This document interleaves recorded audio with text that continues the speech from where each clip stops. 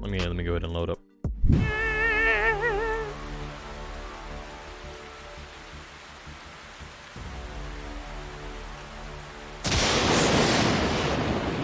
Well, I'm awake now. Thanks, game. Okay. So at this point, the game stopped providing me with music, so now I will perform my own special soundtrack. So, this is my current boat that I've constructed purely out of my own heart and joy, and it is beautiful. But it had a flaw. This flaw was the fact that I could not go vroom vroom automatically. And so I was like, I want to go vroom vroom automatically. And that's where all of this comes in. So basically what I mean by vroom vroom automatically is, so when I hop in here, turn on the engine, turn on the lights, I have to go ahead and hold down W. Now when you're traveling, if you're traveling 30 kilometers away, and you're going not even Mach 1, well, I'm sad about it, your fingy gets tired. So I booped this button, and now I can go do whatever. I'm not going to get out of my seat, because, actually, you know what, I'll get out of my seat.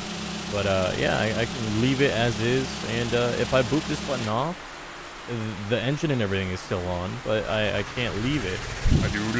Oh god, that's a rock!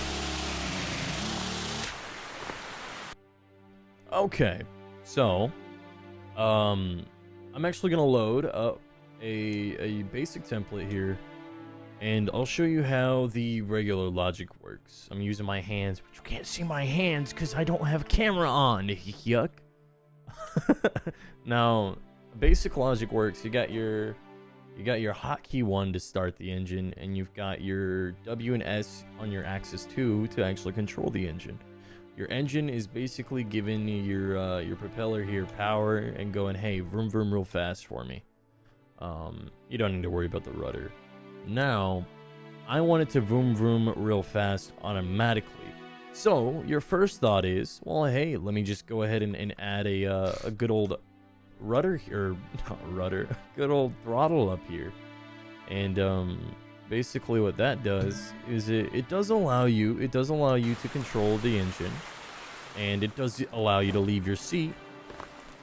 But the problem with that is I don't have primary control. I'm tapping W and S, and it doesn't control the throttle.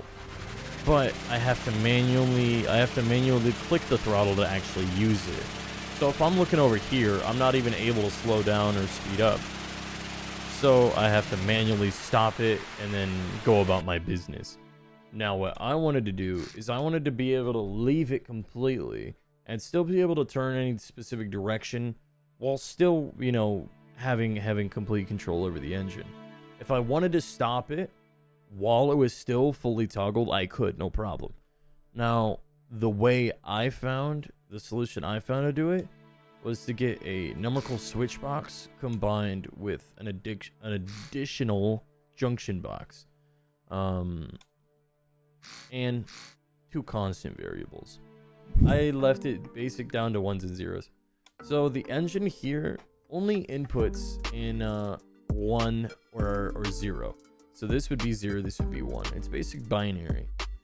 It doesn't have any integers or anything like that you can work with. So this one is going to be stuck at 0. This is going to be our output value of 0, and then basically our baseline for what we want it to operate at. This is going to be our what we're trying to get it to, basically. So when we go into logic here, we can hook this guy up to the off value and this to the on value.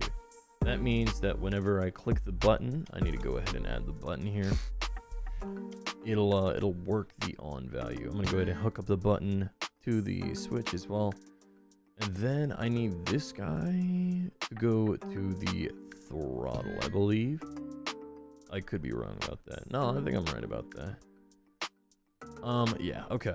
And actually, no, I am wrong about that. I need this guy to go to the addition box. So basically what I'm telling it to do here, I'm saying, hey, whenever you turn on, I want you to turn on and see what signals are being produced by this junction box here, because what we're doing is we're converting analog to digital back to analog, because this would be analog and this would be analog. So the next explanation is actually pretty poor, but basically you need analog, digital, digital, analog, because engines only function in binary, which are ones and zeros, whereas function boxes and other logic items can function within different variables like integers and other numbers such as that, rather than just 1 and 0. Back to the video. Now, once we've walked through that, we need this guy to actually go into WNS. That way this guy knows when this guy is taking control. We also need this guy to know when this guy is switched on. So basically it's saying, if you're turned on, then this guy go vroom vroom real fast. If you're turned off, then this guy go vroom vroom. And basically, if I did it correctly, first try, if I am big smarty pants, turn on, that's not turn on engine, that's turn on engine. Hit the vroom vroom switch, and now I got vroom vrooms. But don't want to do the vroom vroom switch, still got control. That's basically it. Easy as that.